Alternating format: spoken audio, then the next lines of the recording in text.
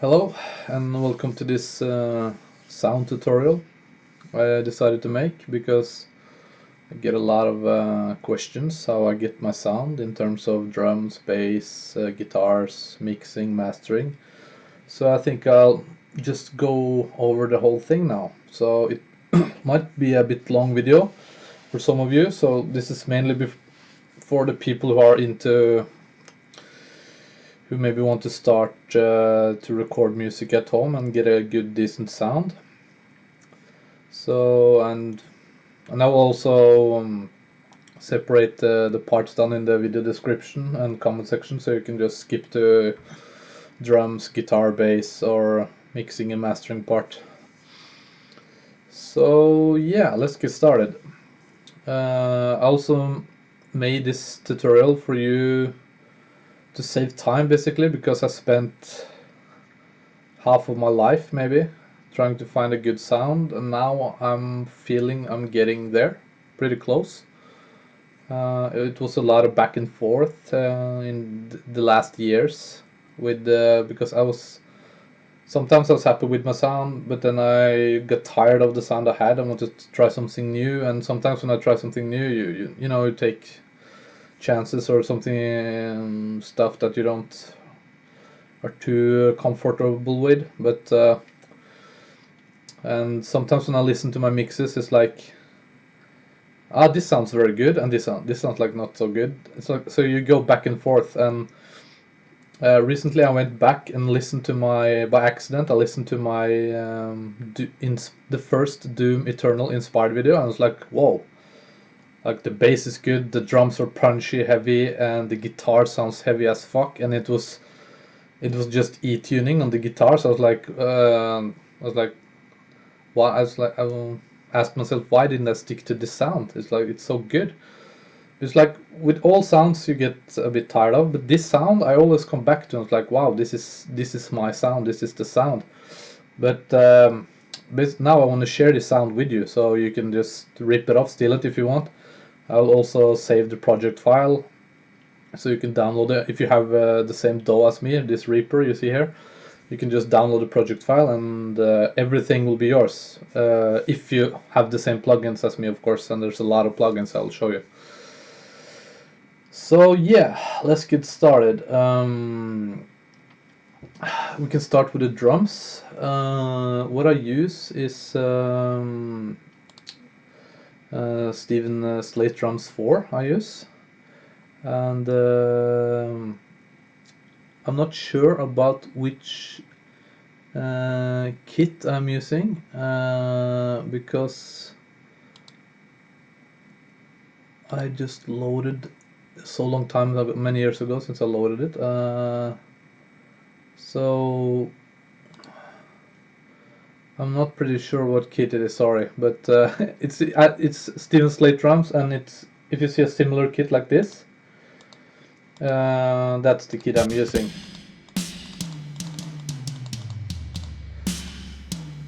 So, and also I added some extra snares here and tambourine. So yeah, but you can just use for this tutorial. You can actually use any presets of Steven Slate drums. There are very many good presets here. So just find the sound that is good for you, that you like a kit that you sounds good, and and all the other stuff I have will just make it sound better. Okay, so now we have this kit here. Sounds pretty okay. And also to see all these places here, it's like it's called routing. So I've routed from the drum kit here in Superior Drummer.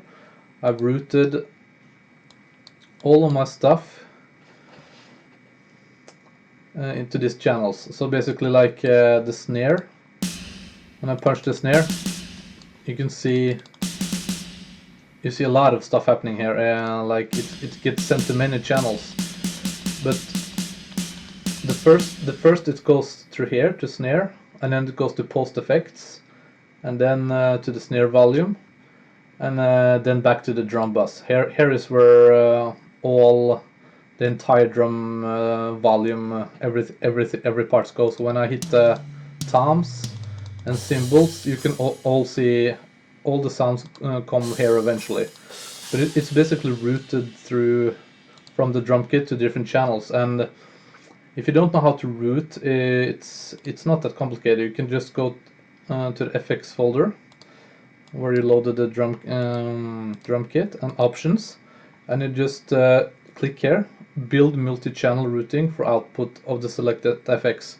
What will happen is that under your drum kit here, under here, it will load, maybe it will load 16 files, like from 1 to 16.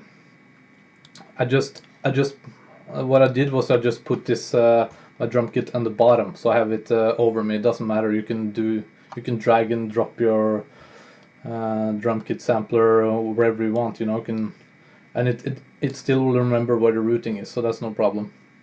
So what you go in the drum kit and you go to the mixer, and here you see where they are routed at. You know, the kick 1 and 2 goes to output 1, and that's output 1 is it's actually 2, but it's a bit difficult to explain since I changed the routing a bit, but it does it automatically. So 1 here is 2, and the snare goes to 3 here, and etc, etc, and yeah, so basically like that. So here's all the routing goes to the different channels, and here you see the channels. So what's happening is that we can take the snare first. Oops, that's wrong. And we can solo the snare. We can just play this part here, loop it, and here's the snare.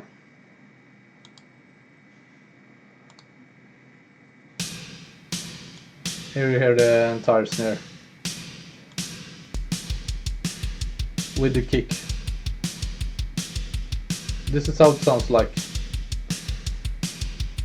Doesn't sound too much alone, but mixed with the drums and mixed with the bass and guitars, and the full mastering, it sounds pretty heavy. Also, I turned off the mastering chains, so now you just hear the raw mix, no mastering. Here are all my mastering plugins, so I can just give you a quick example. If I turn on the mastering, it will be a bit louder, just be prepared. This is with the mastering, so sound pretty okay.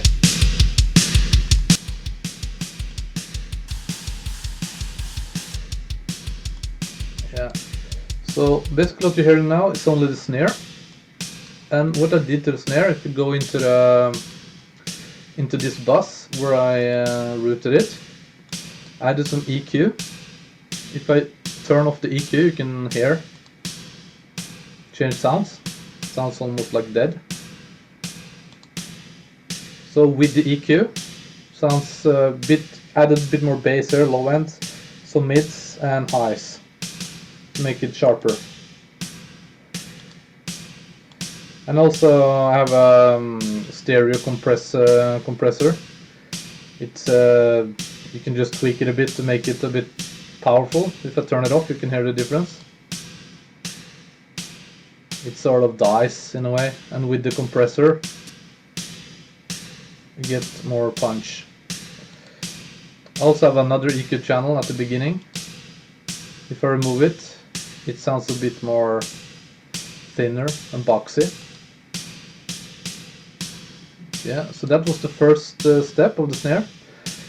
And then you see it goes like up here. It's like picture like this here will be sent to this one.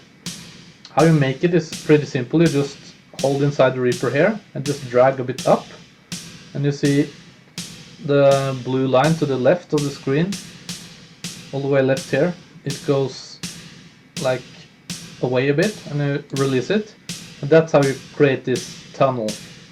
So that means it's the thing under will send it to the channel above. It's easier to do this than go in here and tell it where to send it.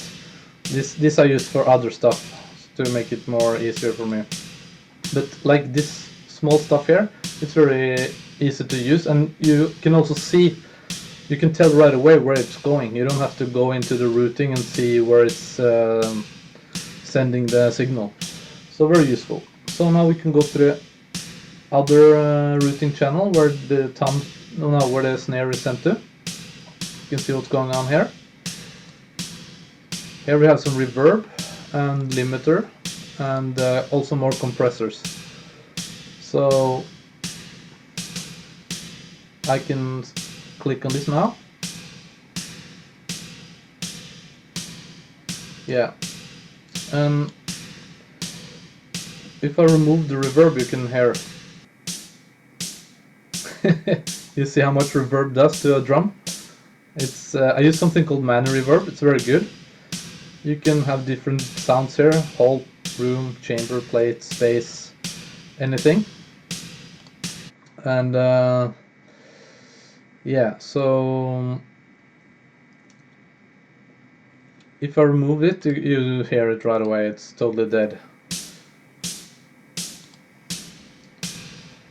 I also have a limiter added, and if I remove it, you can also hear the difference. Much better. Basically what it does is that it squeezes the drums so it gets more punchy. You can, if I pull it down, you can hear.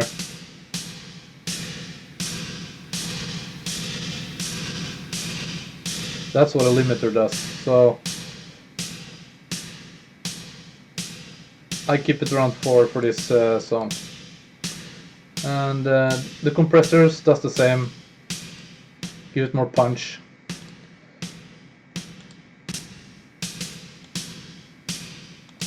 The reverb you can change a lot. You can see here if I do large, more reverb. I don't want to, and you can also drag the reverb to more, the max minimum. I don't want to touch this now because it's on a good level, so when I show you the sound later I don't want to fuck it up too much. So I keep this at medium, large. For slower songs, heavier songs, you can do large because then the reverb lasts as long. Because me personally, when I use reverb, I use it for a beat to the next beat. So the reverb lasts, it dies just before the next beat is coming. And why I'm doing that is because if the reverb lasts too long, it will just whoosh, you know, you get this too much, just drowns the whole sound. Yeah, so that was basically the drums and what I did to them, to the snare. And I don't want to go into much detail on the kick and all the toms. It's basically the same principle there. The kick also adds some limiter and EQ, a bit more bass and highs. And the highs is to get the more clicky sound. You can just do it for fast. Yeah, I also forgot there's some wrong with the routing. I did some, when I made this the first many years ago, I did something wrong so that you can hear a bit the snare inside the kick bus, but it actually makes the sound more punchier, I found out, so I just let it be like that. So yeah, so if I remove the EQ, you can hear the bass sounds a bit dead. If I remove the limiter, a bit weaker. So with the IQ, a bit more click and bass here, low end, and limiter. Basically here you can just click on this one here and drag it up and down. I don't want to touch it now because then it will alter the sound later when I'll show you the whole mix. Yeah, and same with the toms here. Compressor, some reverb. Yeah, and also compressor. So, and routing, sending a tom to another FX change, and last the volume. Hi-hats and crash, nothing, I didn't add any stuff there, it sounded good from before, but I just alter the volume levels. And room effect is very important because you hear it's like you hear the whole kit. It's like a room microphone. All these routing channels here are sent from the drum kit. So if you go to the mixer, you can see it has room here. So You can also change the levels here, but I don't. When I load a good kit that sounds good in Steven Slate, I don't touch it here. I don't touch anything. I leave it be. If it sounds good, it's good. You don't want to tweak too much. It's better to tweak in the bus levels later.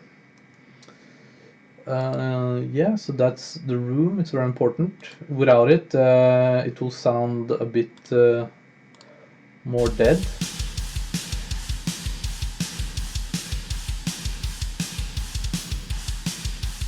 Here now I took the room away. Also overhead.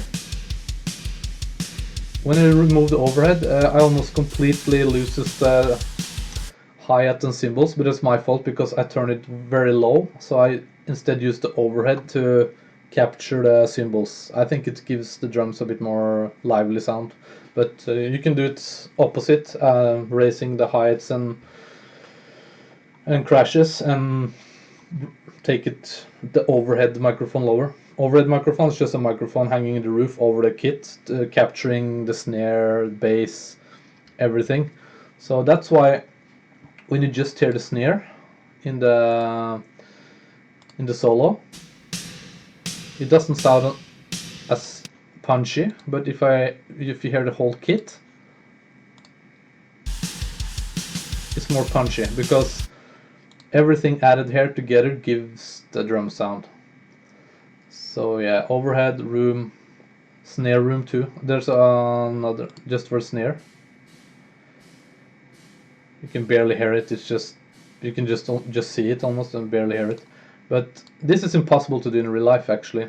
A snare room. You can't just have a room mic just for snare. It's all microphones actually bleed a bit. It just when you put it closer to the kick and snare, it will get more of the sound, but it will always bleed a bit.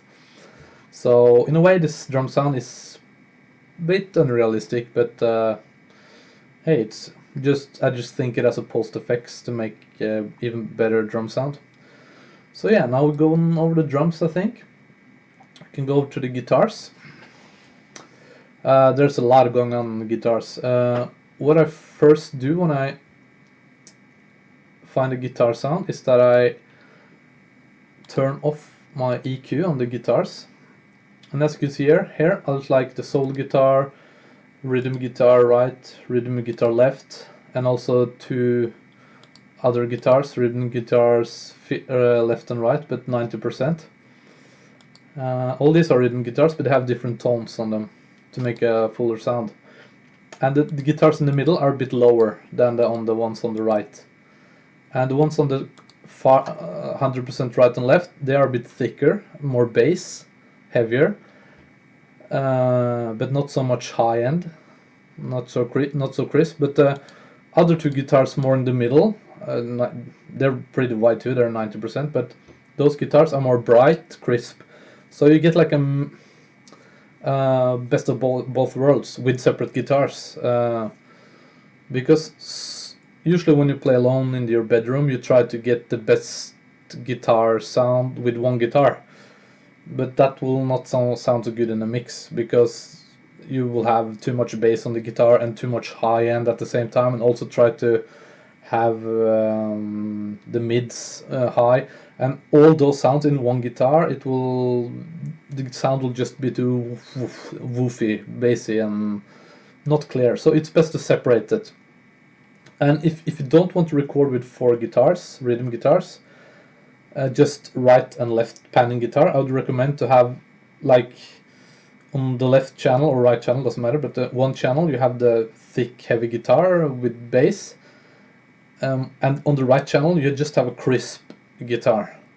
And it maybe sound strange that they're very different, but when you hear it in stereo, they blend in together. It's like they create this big powerful sound. So yeah, that's my tip if you just want to pan two guitars. Some of my mixes I just used two rhythm guitars, so then I do that. So okay, we can go into one of the guitars and see what's going on there. The guitar left, rhythm guitar. So there's a lot going on. First I have a gate. It just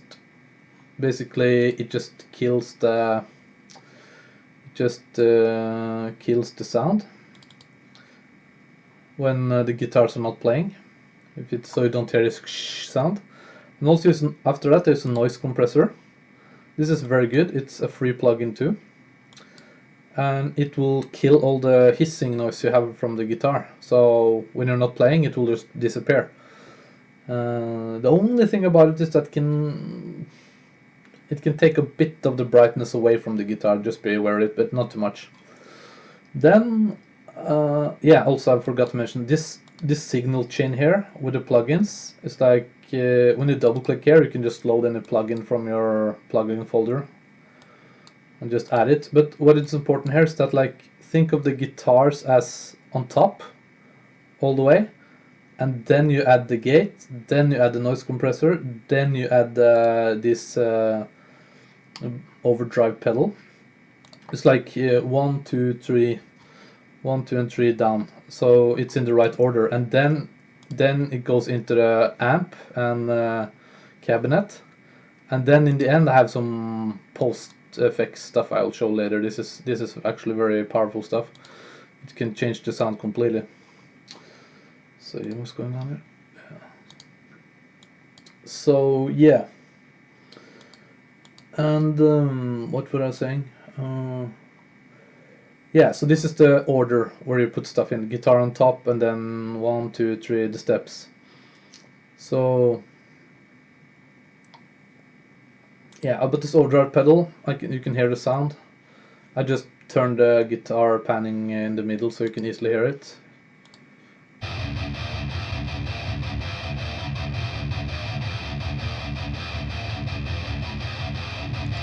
Yeah, they're here. So if I turn it off, this pedal,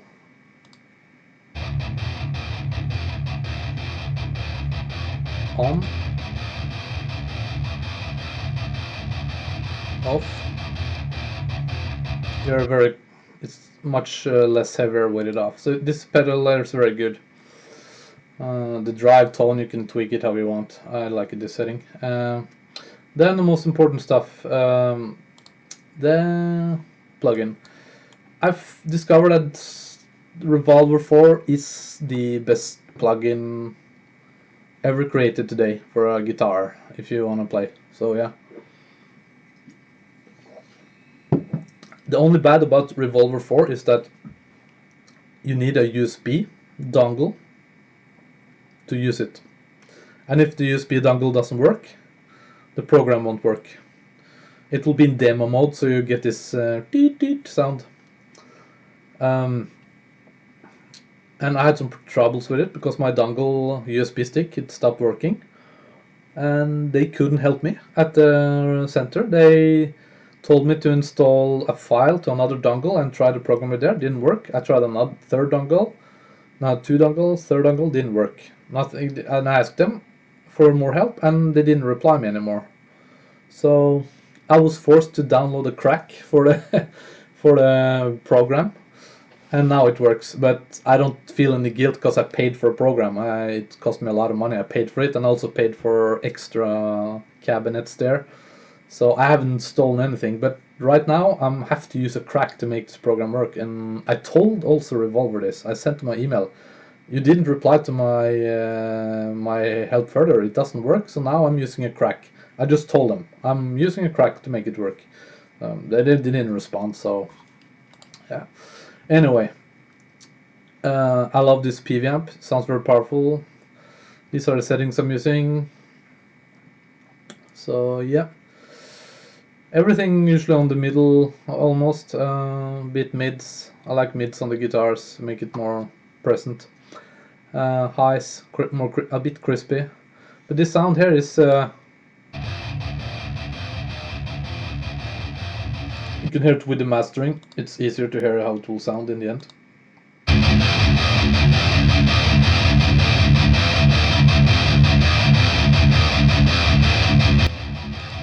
It's pretty heavy, but it's more bassy and deep dark.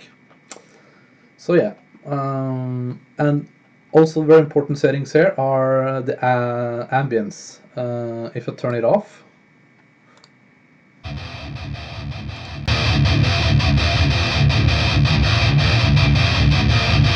you can hear it slightly.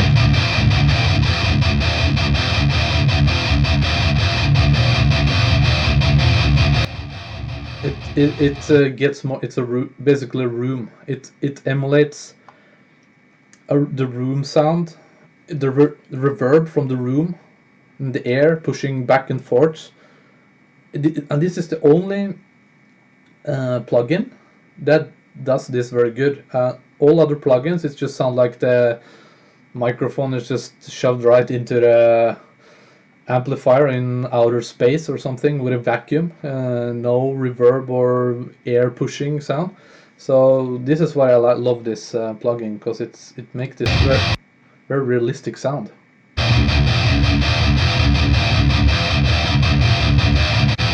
I think I just turn on, then I leave the mastering on, because it's you can hear the sound a bit better, how it's supposed to sound. Yeah. So very important, the ambience, you can tweak the settings how you like. This is how I prefer it. Also the position of the microphones are put here, very important for the sound. And very important also the kind of microphone you're using.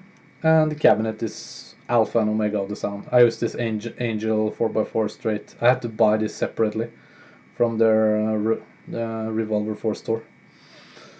So yeah, pretty heavy sound, but let me this is my secret. I think I don't believe anybody else are doing this with the EGT ever, because I found this red shift pickup replace. It's basically if you have a not so powerful guitar with not so powerful pickups, I mean, and you can put it, it's actually meant to be put in front of the amplifier, so your guitar first goes into this overdrive pedal.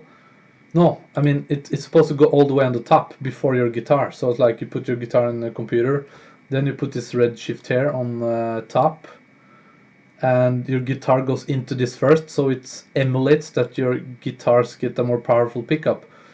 But what I discovered that if I put it all the way last after the amplifier, it's get this super heavy sound. So just listen to it now. This is with it on.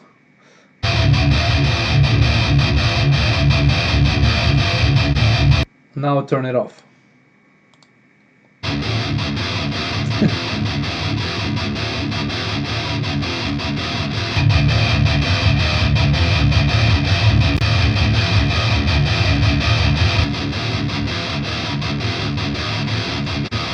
It's like night and day difference. Here you can tweak a lot. How much material volume? It's like it has this funny name: spleen, liver, kidney, bricks, ceramics, woods. It's like it's basically the tone of the pickup sound. And I just use spleen because it just sounds more beefy. And you can also bypass it, so you get more original sound to the amp if you want that. And here you use the material volume. I don't touch the meter volume, I just leave it where it is, maybe a bit lower. And just slightly pick up volume, because if you turn it too much, the sound will just... Because I don't use this how I'm supposed to use it, I use it at the end, so then I just add a little bit of pickup volume, not much. And also in here you can have a lot of different pickup styles, like it also emulates Dimebags pickups.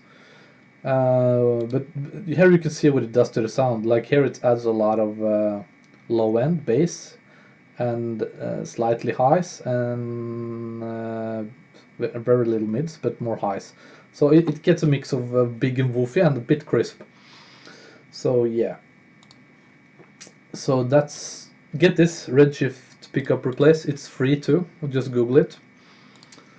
Very good. So yeah, that was the first guitar. The guitar that's left panned 100%.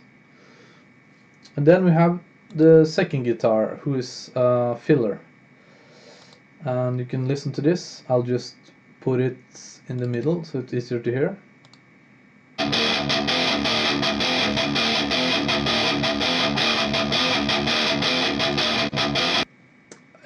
It's basically thinner, more clearer, closer to you, and but no bass, nothing, just a lot of highs, slightly mids. So all, and here I use a different pickup replacement for this. I use Duncan Splitburn, and here you can see I had to compensate because it's so crisp and clear. I gave it a bit more bass here and killed a lot of mids and gave it some highs. And the amp is the Demon amp here. And these are the settings and cabs, everything. I had to buy this cab as well extra. It doesn't come with the Revolver. And different. Here's the popular Shure 57 microphone. Yeah. So basically a lot of the same settings on the reverb, ambience, room reverb. And this is the same setting. This is the same, and yeah, the gate is the same. Just the only difference is the amp and the redshift settings. So, and I can also remove this, so you hear the difference without it.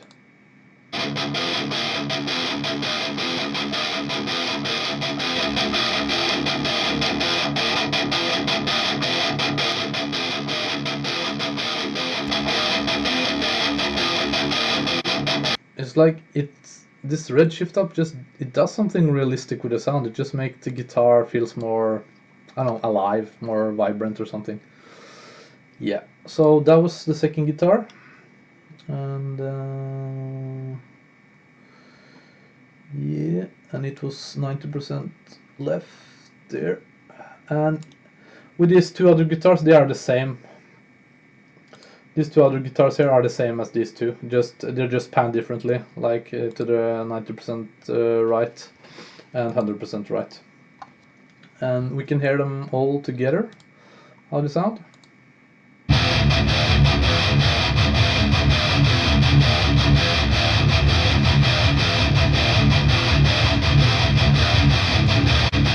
Pretty heavy. And 2 seconds, I just need to go to the bathroom, be right back. The guitar sounds, all 4 rhythm guitars playing together. And all the guitars are recorded 4 times, because if you copy paste it will sound like shit. So you have to record all the guitars 4 times, rhythm tracks. It can take a few hours if you make a song. Yeah. Very heavy sound, I think it's the heaviest sound I ever created, at least. And if I remove the middle fill guitars that I call the 90% panned left and right, actually this is panned 91%. I just found out by accident if it's slightly different from this one, it gets a bit more wider sound. So you can experiment with that. I did say that the left guitars and right guitars are the same, but there are some slightly alterations with tone and the amp settings. Maybe I just pushed a little bit more highs or something, or a bit more, yeah, just slightly, so it's not 100% the same. And when you do that, you get a bit more stereo sounding type sound, yeah, something like that. So, and yeah, now you can listen to the hard left and hard right guitar without the middle guitars.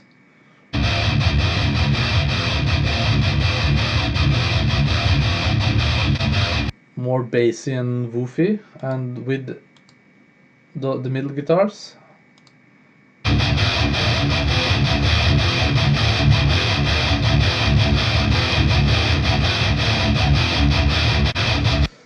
Yeah, very heavy. And now the total finito secret, the bus EQ, because all those 4 guitars here goes into this bus. That means all the guitars here are sent to this bus. That's why I have a picture of a amplifier here, because that's like where all the sounds come from. The guitars. Yeah, so if you go in here and see, I've disabled this FX chain here, so all these EQ channels here now are not active. As you can see, there's a lot of EQ going on here on the guitars. First you have like this, I call it over EQ. It's like the final EQ thing. It's like here I remove a lot of bass. If I don't enable this here, you can see it goes flat. And if you listen to it now, I forgot I haven't activated it yet, so you don't hear any difference. Sorry. So, but anyway, I can just explain it later, but show you later. But here you see, I removed a lot of bass, low ends are bass, and added slightly mids. Didn't touch highs, and it was good from before. And then the next EQ killed a lot of stuff here. I'll show you later how it sounds. When it's down, you sort of kill EQ, and when you're here, you add. And some EQ going on here. Not much to describe, just kill some highs, added some slightly mids, high mids, added some lows. Here, more lows here. The reason why I use different EQ levels is it's because it's easier to draw the IQ. Because let's say if I had like 16, 20 points here with IQ levels, it will look like a mess. I wouldn't understand what's going on. So you sort of build IQ levels first, like you kill the lows and add some highs. Then later you can add a new EQ channel, and you can it looks easier and you understand more what's going on. So okay, and this here is just basically killing some lows and highs again. I don't know why I put this at the end, but I just think it sounded better. And also, there are no rules to EQ. If it sounds good, it's good. Don't care what others say. Like, oh, you need to have some highs, you need to have some lows. You must always kill the highs on the guitars. Like, some people always use the same IQ levels on their guitars, and they always ask why they sound this bad. And it's like don't EQ with your eyes. Just use your ears. That's the most important. Okay, so now I'll add first play it without all these IQ levels. All these are bypassed now, so just listen to the guitar before I add it.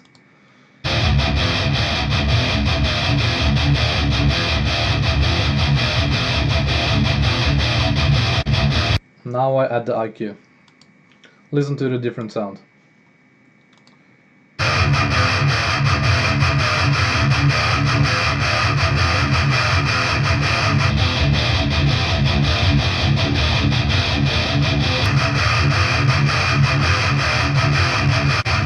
It's like night and day difference, totally different sound. Maybe some of you prefer the first or the last, but I tell you, I will show you later in the entire mix. It sounds best with this IQ level, trust me. The guitar sounds much wider, bigger, thicker, everything. So yeah, without again. And with.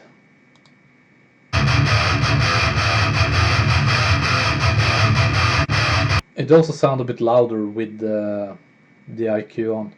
And IQ can also make your guitar sound louder, or it actually does. What IQ does is too, if you raise everything in IQ, you will also raise the volume. It will be louder. So many people mistake this when they IQ too much. They are actually IQing too much because actually they just didn't set the guitars on a correct volume level.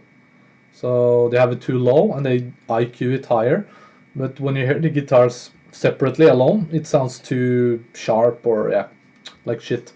So beware of this. Always listen to the guitars alone. If they sound good alone and in the mix, it's good. So yeah, I think that was... Yeah, I can show you what the IQ, some of the IQ stuff does. If I remove this here,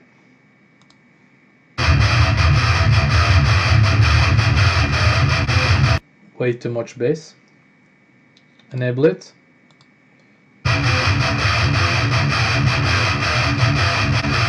Yeah, and don't be careful not to remove too much bass, because if I basically would have pushed it more to the right, so this IQ part here would just disappear here, then the guitars would sound like shit, like flat, thin, dead. So bass IQ is extremely important to have a good guitar sound. It's like, yeah, it's I'm afraid to touch this. Like when I'm finished with this video, I'll not save this project. I'll just close it and not save it, because this is the best sound I have now, I think. So I'm almost scared to hover the mouse over it, because if I touch it a millimeter or centimeter, like the sound would yeah. So it's very, everything you do here is very sensitive. Like if you just touch it a millimeter, you can change the sound. Yeah. So that was the rhythm guitars. For solo guitars, I'm a bit sloppy with the solo guitars, because it doesn't matter too much what you slap on there, as long as if you have the IQ levels separately, you can use any tone you want. But for solo guitars, I use always different plugin and a different sound. So, but a sound that matches well with the rhythm guitars, of course. So for here I use different boost pedal, TS999, also free, very good. BG doubler, it's a stereo panning sound, makes your guitars one guitar stereo panned. Toneforge, Guilty Pleasure. I'm not happy with the sound in rhythm, but for solo it sounds good. And added some reverb on the guitar. Since this, again, a plugin doesn't have... I'm not sure if it's had reverb, but it sounds like shit, so I had to add separate reverb. Tal reverb, it's also free, I think. Not sure. If not, buy it. It's a very good reverb. And some IQ at the end that I didn't do anything with. I don't know why. Maybe I did it with some other covers, but for this I just left it alone. You can just add some highs or lows or to make it fits better. So, but this is how it sounds, the solo guitar.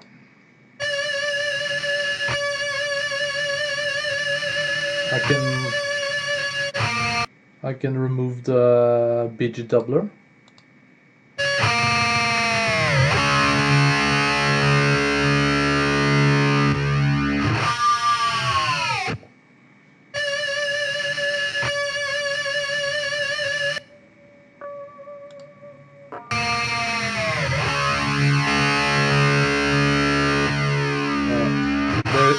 There you get the stereo feeling. So that was the solo guitar. Don't talk too much about that. We go further down, and this is just my recording guitars for recording. I use basically the same sound for rhythm tracks here. So when I record, I press both of them. So I record both, so I hear how it sounds with like it almost will do in the mix. So so I get the PV sound and the other Demon sound. I'm not sure if it's a real amp called Demon, but I think so. Pretty cool name. Suitable for Doom. Maybe I should call it Mortally Challenge instead. And the bass record. Then I also use the same sound as I have in the song. I use... there's nothing there. Why there? I use Easy Mix. Cake on Cake is the profile. You just use Easy Mix 2 and just search here, Cake on Cake, and you get this metal amps, Cake on Cake bass. Very good sound. I'll show you now in a bit. Yeah. I'm also adding some reverb to the bass. Not many have reverbs on bass, but I like it because I stereo pan the bass, so it gets a wider sound, so the bass is like everywhere. And also adding a bit of reverb makes it thicker, bigger. So yeah. Okay, let's head on to the bass track. So here we have the bass. I can. There's a lot going on there. Don't even know where to start. A lot of routing too, buses going here. But as you can see here, it's just everything is under each other. So the basics, it's this purple area and black area. Here's all the bass sound. Here's just the output where all the bass sounds come from. And we can just start with the first things first. First is I use a thin bass sound called, it's from this virtual bass amp. Actually, this is a very good bass. You can just use it alone too and make a thick sound, but I use this to the thinner sound of the bass. So you can just hear how it sounds like. It sounds like this.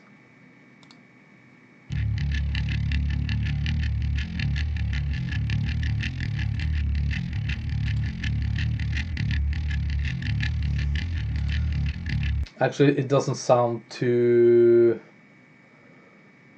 thin, but it's because I'm having the master on and it's pretty loud. So, but compared to the other, it's very thin, and it's routing through this BOD. It's like a overdrive pedal for bass, and it also routes through nothing here because I removed it. And it routes to something called twang. It gives the bass more, like it said, like cling cling quang quang, a bit twangy sound. Ignite amps, I think this is free. And then it goes through to the roasts. You can hear how that sound like.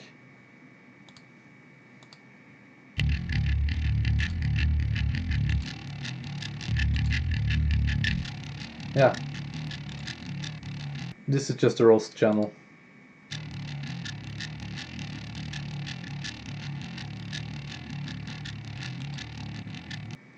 Yeah. So, and all these are routed back to the output again. So it goes like it starts here at the studio bass, send it here, here, and all this again here are sent to the output, and you can see it here in the routing channel, like where it's sent to, etc. It's very easy. Just add new send and you put it where to send it to. So yeah.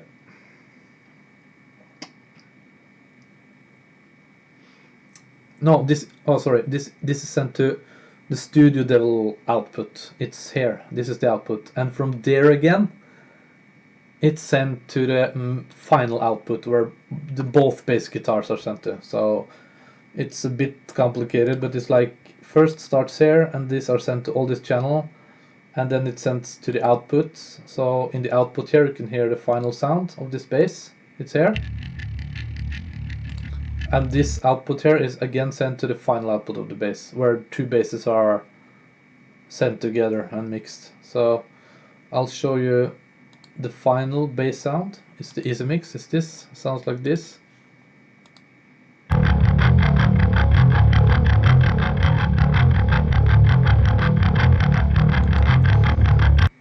Pretty heavy. And it also has stereo panning with the BG doubler.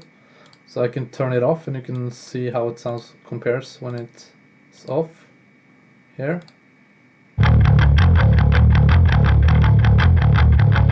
Now I turn it on.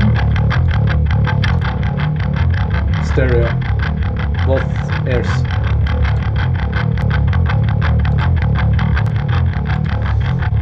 Huge difference in the mix. It's like when you have heard the whole thing and you turn that to mono, it's like the whole mix is just yeah.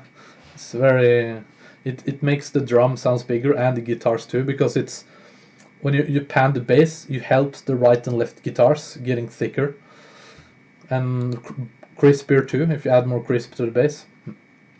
And also have some reverb here. If I turn it off, you'll hear a huge difference. I'll turn it off now. Off, yeah. And turn it on. You don't hear that much difference actually, but in the final mix you hear a difference. Believe me. So, and noise suppression, getting rid of that hissing sound. And here's the bass, here's the settings, the cab blend and the drive. So just put the drive all the way full and just found the perfect match for the cab blend. Yeah, and now you can hear how all the basses, both basses sounds together.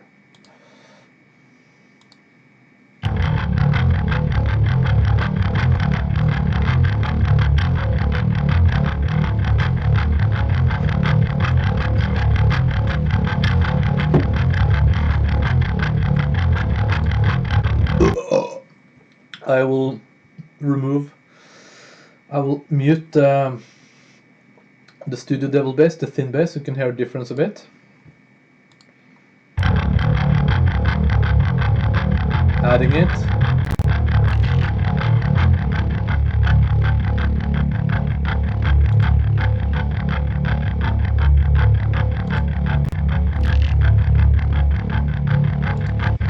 Maybe you don't hear too much now, but in a mix it does something to the guitars too, the bass sound.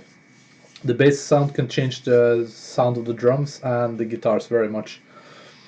And the most important stuff in this mix is the EQ levels of the bass. Here's the final EQ levels of the bass. I removed a slightly low end because the bass was too woofy. Killed a bit some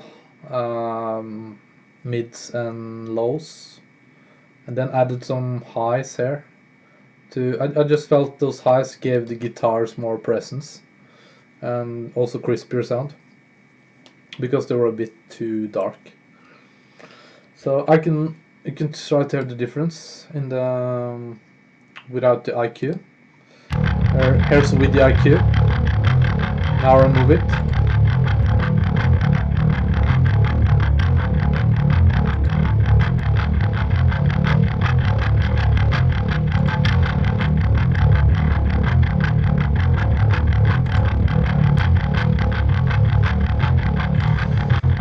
I can hear it's more clear, crisp with the IQ and not so woofy.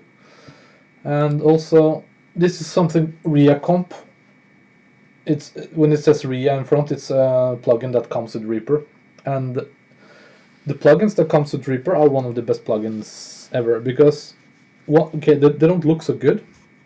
Like you see other plugins that I had, like the Revolver looks very fancy, high graphics. But the RIA Comp plugins, not the RIA plugins that comes with the Reaper, are very good because they're very powerful and they don't use almost any CPU. They look very simple and not so intuitive. But if you have a plugin that comes with Reaper, if it's IQ or compressor, use it. Don't search for something else that look fancier or better because these are the best ones. And what I don't know how to. This RIA compression is used as a sidechain compressor. It's a bit difficult to. I will try it. I never explained it before, but I'll try to explain it. It's like when I play it, you can see here when I play the bass, you can see something. You can see something is pushing. See, doof, doof, doof, doof. You see, it's pushing on the bass. It's like stepping on the bass, sort of like. And what is stepping on the bass? What is stepping on the bass? It's the drums. Every kick and snare are squeezing down on the bass. And in the middle, between the kick drum and the snare, the bass, it grows a bit. So it's like swelling and disappearing. It's like it's a pumping effect, like oof, oof, oof. It's like yeah, I was thinking some dirty thoughts, but I will not say it. So it's the kick and snare are pushing down the bass. Now, why do you do that? It's because the bass can be loud and thick, but without drowning the mix. So every time the kick and snare come in, the bass, okay, it's okay. It says, okay, like I don't want to fight you, you know, I'm pushing a bit back. So the drums are like winning. It's like stepping on the bass. And how do you do that? Well, first you need to go to the kick here, and you go to routing, and you just add new send, and you send it, add it to send to track 24 bass bus, the output for the bass. That's the first step you do. And then down here on this bass bus that we're here now, you just add the RIA comp on top, and you just tweak the levels. Like when you add it, first this bar here will be in the middle, but the more you push it down here, the more the drums will step on the bass. But if you overdo it, if you step too much, you will get this it's like too much pumping sound, and just it's tiring to your ears. So basically I just push it down so that I don't lose any kick and snare in a heavy bass rhythm, but I still hear the bass and feel the bass. So you find like a compromise between what you like. Basically, you just hear it. And I would recommend to do it with the mastering plugins on at the end, so then you hear how the final mastering will sound like. Also, many people say that you shouldn't you shouldn't mix with the mastering plugins on, but I do a bit both. Because I have to hear how it sounds with the mastering plugins on too. Because sometimes it can change a lot. Like suddenly the drums get too loud for some reason, and you have to lower them. So I always listen to it. I mix a lot with the mastering plugins on. That's how I do it. But many will say that's wrong, but I don't know. It's just how I like to do it. So yeah, that was a bit sidechain compression. I also added some sidechain compression from the guitars and stepping on the thin bass as well. And why did I do that? Because you have to go to output level on the thin bass. It's here. Yeah, here's the RIA comp.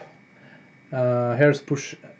I did that because the thin bass has some highs levels that are fighting with the guitars. So when I just tested it just to hear it. So when I added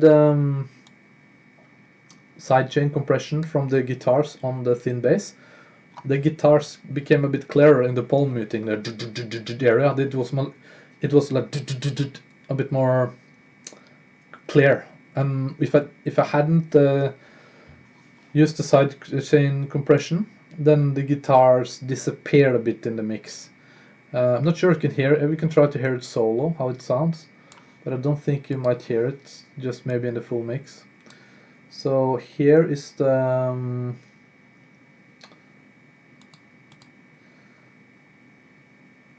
guitars and bass together.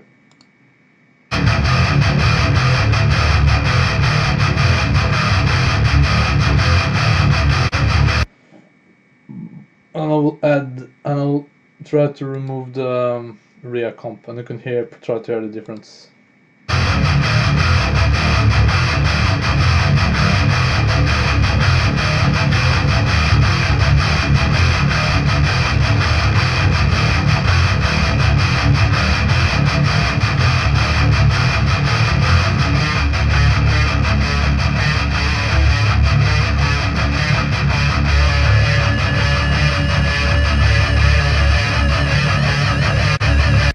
maybe some of you heard it, maybe not, but I could hear it a little bit, but it's easier to hear in the full mix, because then you have all the drums going on too.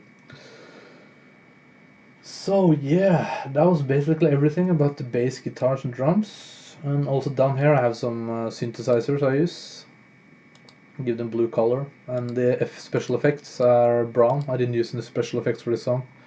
Special effects I usually use are, you probably heard from a song, so it's like or like some, it's haunting demon sounds in the background. It's a bit cool sometimes, but if I use it in every song it becomes a bit tedious, so I just don't try to use it so often, and I just try to use the special sound effects very low, so it's like almost in your back on your head or in your brain, like is there something going on there or not? It's like a bit subliminal message in a way. I think that's cool, because it's something going on, like a bit scary thing in the background that you can't hear it too clear, because if you turn the sound effects too loud, it sounds a bit cheesy. And for the synthesizers I use something called Dark Synths. Very cool. It's ambient, also free, I think. Not sure, it's many years ago since I bought it or downloaded it, so here you can hear it.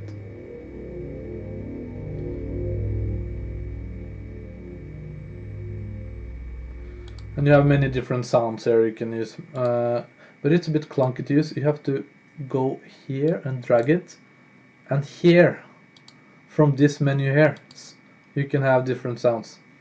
So I don't touch the stuff in the middle, because waveforms, it sounds good from before the setting. So if I want to change a bit on the sound, I just use EQ levels, adding EQ, but usually you don't have to add the EQ on this, just turn it up and down in volume. So that's a synth I use, and don't have to use stereo effects either, because it's in very good yeah, it has stereo effects. So, but it's a bit buggy, this plugin, because sometimes when you set it to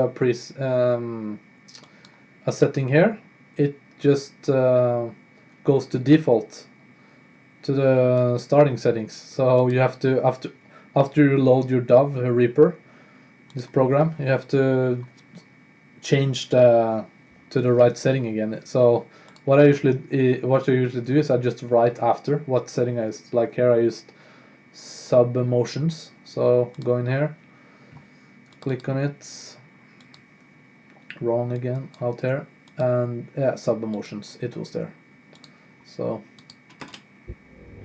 this scary haunting sound. And for synths I use something called JV1080.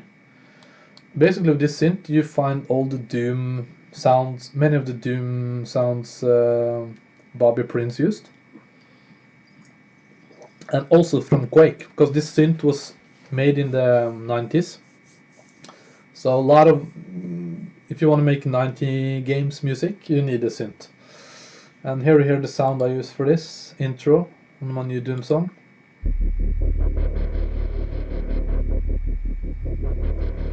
I didn't do anything with the sound. It does that automatically. And you can also edit it here, change everything. But usually what happens if I change something here, it just sounds worse. So I just leave it be. It's very sensitive. Yeah, I changed the octave, 1 octave down, so it got deeper. That's the only thing I did. But I found out you can just do it in the in the MIDI here. So if I just had gone a 1 octave lower, I would have get the same sound. So yeah. So, and now I covered everything, I think, and we can go through mastering. There's a lot of stuff going on. It's pretty complicated. At the beginning I use stereo enhancer. We can listen to the whole mix with without. First with the stereo enhancer.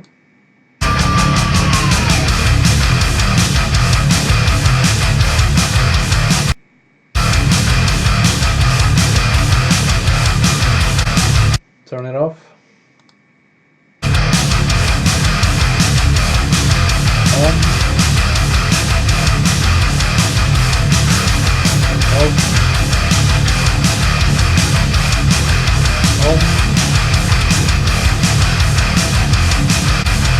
sort of lifts the mix and widens it, more stereo.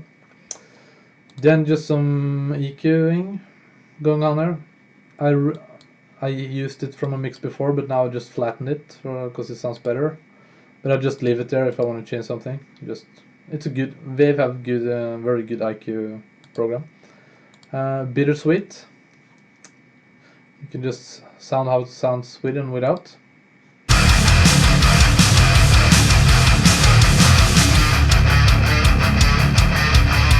Wait, sorry.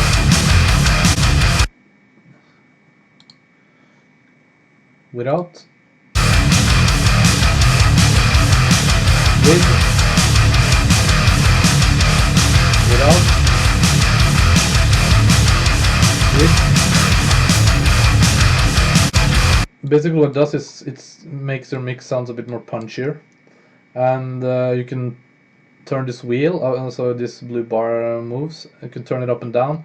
And what I found it can change. It can make your guitars more punchy or your drum punchy, depending how you twist the wheel. So I just tried to find a middle common ground where like the guitars and drums are equal. But depends how you want. If you want punchier drums, you can twist the wheel until you get more punchier drums. It's quite amazing plugin. It's almost like a magic plugin, if you ask me. I don't know how it does it, but basically all plugins, what they do, they actually just change IQ levels in your mix, but it's easier sometimes to use plugins like this, because then you see where it's going. Like this at this point the drums are more punchier. At this point the guitars are more punchier.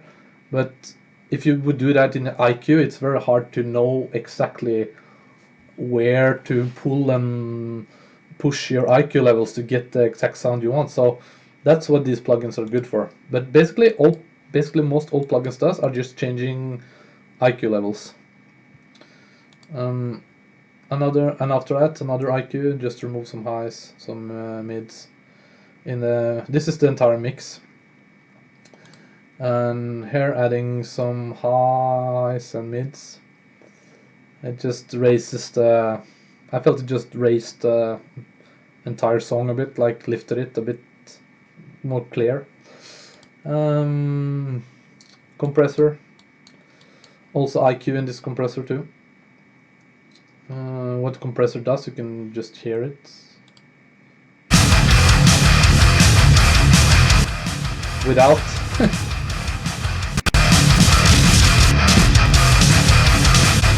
Oops, it's a bit buggy now since I'm recording at the same time, so it's a bit delay with the sound. So T-Rex it's called. I use 2 compressors here on it. Some attack, compression level. Compression is like it takes the whole mix and like it widens it or closes it. So I can show you here now how it sounds.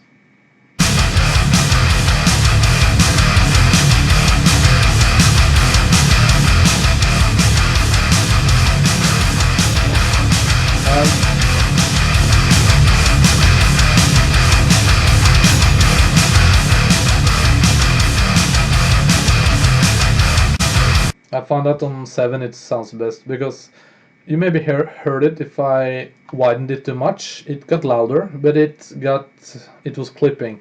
And clipping basically means that you see the levels down here when I play.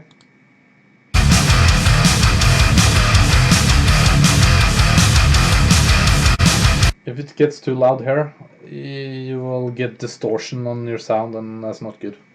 It's like if you maybe heard Death Magnetic or Metallica, that album had horrible mastering. It was clipping, and I couldn't listen to that album. The drums were like clipping, the guitars were clipping. But the audio engineer who mastered it, he said he got the recordings like that from Metallica. So maybe there was a bit argument between them, like Metallica maybe recorded too loud to get this clipping sound. They pushed it too much in the studio, and when the mastering guy got all the recordings, and it was broken. So I don't know, but it's anyway, it sounded bad. And some more IQ, just killing some lows, getting a bit rid of the woof woof bass sound. And last, another compression. Some people kill me for this. They said, why you use two compressors? But you can listen with and without. With, without, with. It gets a slightly louder, but also a bit more guitars. The guitars get more crispier and drums more punchier. So I just added, I just pulled it up 1.5 gain, and these settings here you just have to try it yourself. I would recommend using transparent. It's the best, because these others, it makes the sound too much like it take a life of its own, like it's pulling too much, like almost like a sidechain compressor on the whole mix, and it sounds like out of control. So I just use transparent. And these here, I don't know how to explain. They just pull them until you get the sound you want. Attack is basically more sharper, harder sound. Like the drums get more, and if you have less attack, it's more like. So yeah. So that was yeah, 1 hour 12 minutes long video. I hope you learned something from this. And if I was a bit too fast in certain areas, just write in the comment section below and I'll try to explain. But basically what you should learn is, I would recommend using Reaper, because that's the program I use and I love it. It's very good. And I tried some other DAWs too before, but I found this worked the most for me. It's very easy and intuitive. And it's basically nothing you can't do in Reaper. Like, it swallows everything, it runs well. It's a great program, very intuitive, and it's also very intuitive, but also very deep. You can do a lot of things with it. I learn something new every day. And yeah, so about routing stuff, if you have a bit problem understanding routing the drums, there's a lot of tutorials also on YouTube that's just 5 minutes or 2 minutes long to explain you how in details how to do it in Reaper. It's not that hard, but you have to also you have to click and do it yourself and try to understand it. It's sometimes just watching somebody isn't good. I would recommend, if you open your Reaper and look at YouTube at the same time, and you do what they do, you do at the same time. You post a video bit, and that's the best way to learn. So this is how I basically got the sound I love now. I think it's the best sound I have. So I think I'll stick with this for a while. I'll probably get tired of it and try something new, but I hope I'll stick with this sound for a bit, because I'm like, searching for sound and tone. It takes a lot of time, and it can also kill creativity. Like, because you don't have the sound you want, you don't like your sound, and then you don't want to produce or make music. So, but with this sound I have now, I enjoy more making music. You probably noticed, since I released more songs lately. And yeah, so yeah, not sure. Well, maybe I forgot something. No, I don't think so.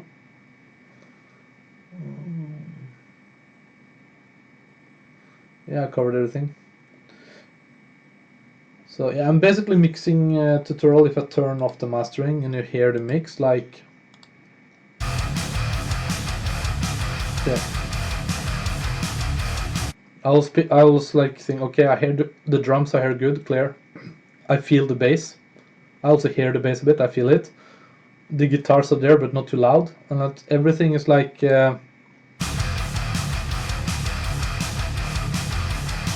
Like the whole mix, like it belongs together. Nothing is fighting, Because if I hear a mix, and sometimes when you hear a mix, the first thing you notice is just the snare drum or the bass or the kick drum. It's a bad mix. It's like everything should blend in good together, like in a good stew. Like it like everything belongs together, like it's one entity that's playing along. That's a good mix. I like the drums to feel like round and 3D, almost like you can step on the drums, if you know what I mean. Like if you're on a mattress and walking on a mattress, I feel like that is the drums. You can sort of like feel them in the mix, step on them. They have volume. Yeah, same with the guitar too. The guitar should also hit you a bit in the chest like a wall, like bit. You get that with the highs on the guitar. No, I mean the mids. And the bass should like rumble in your stomach, like you should feel the low end of the bass. So it's like, yeah.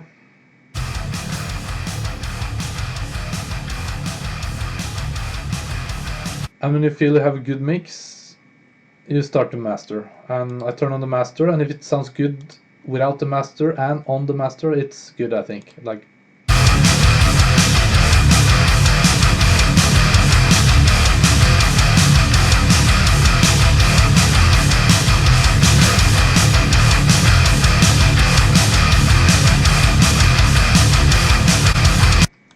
yeah, so, and when you are happy with your sound, you usually want to create songs. So some people say like sound is not so important, just play and be happy. But I mean, if you don't have a good sound, it's not fun to play. So it's like it's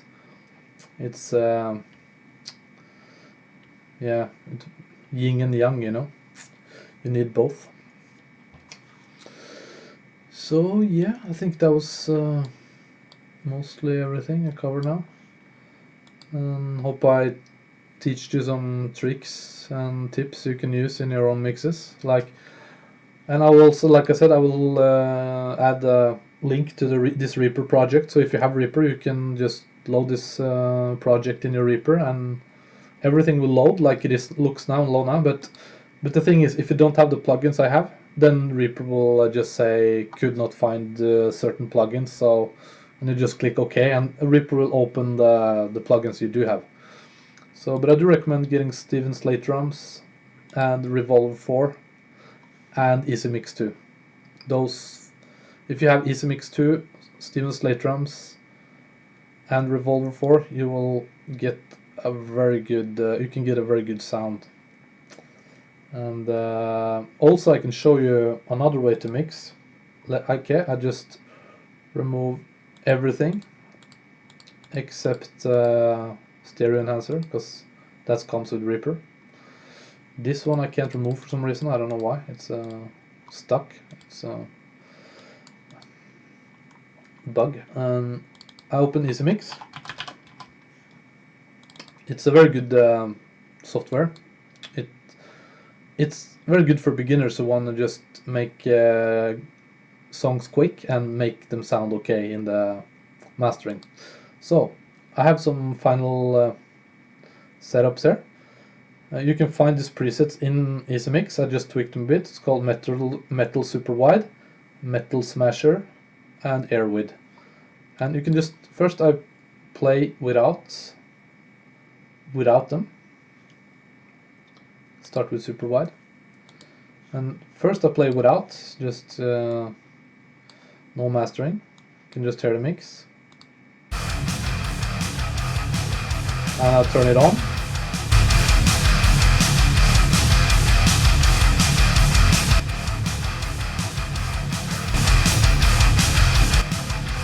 Not bad, and all you do here is just, it's like all this other stuff here I spent years on tweaking and getting a good sound.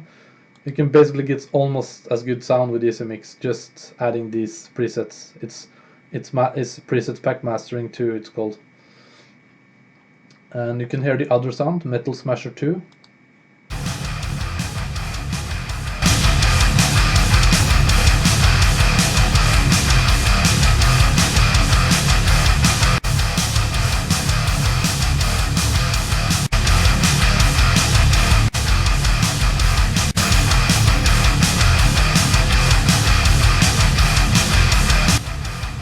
Metal Smasher 2 sounds really good. I actually used that for many of my remasters earlier, and very good sound. So like this program here, it will save a lot of time if you're not interested in mastering and learning mastering.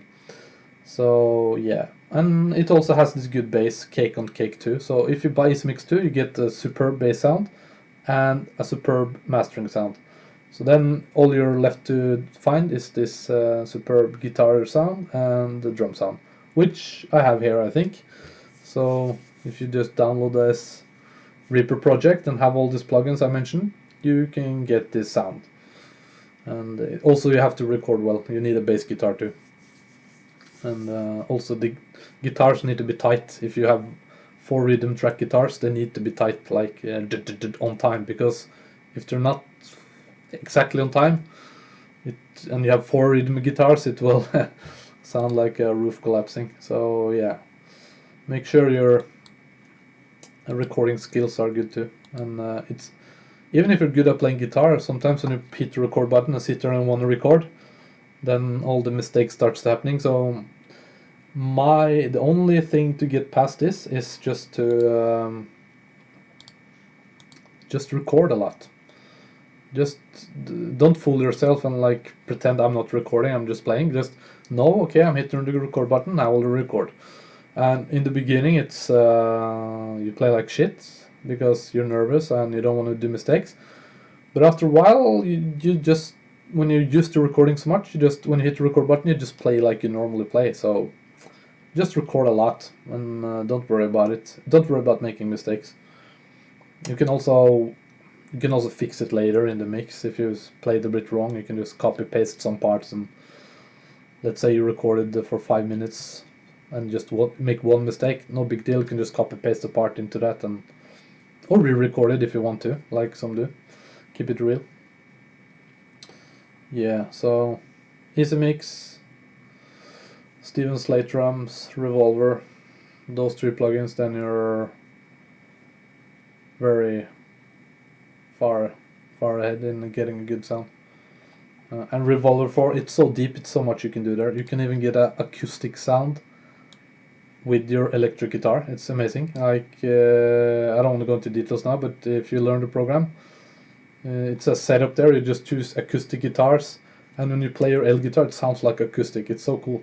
So Revolver, save a lot of money. The only bad thing is like I said, with USB sticks, if it gets broken, it's hard to come by. But if you contact me, I can give you the crack for the I shouldn't say this on YouTube channel, but anyway, I can give you the crack or a link to the crack if you want it. If you bought a Revolver, of course. If you contact me, I wanna see your name and license code to attach to your name. And I can't use that either because it's attached to your user in your name, so in your login. So it's useless for somebody else. Yeah, I think that was it. So I hope you enjoy this 1.5 long tutorial, and I'll see you in the next one.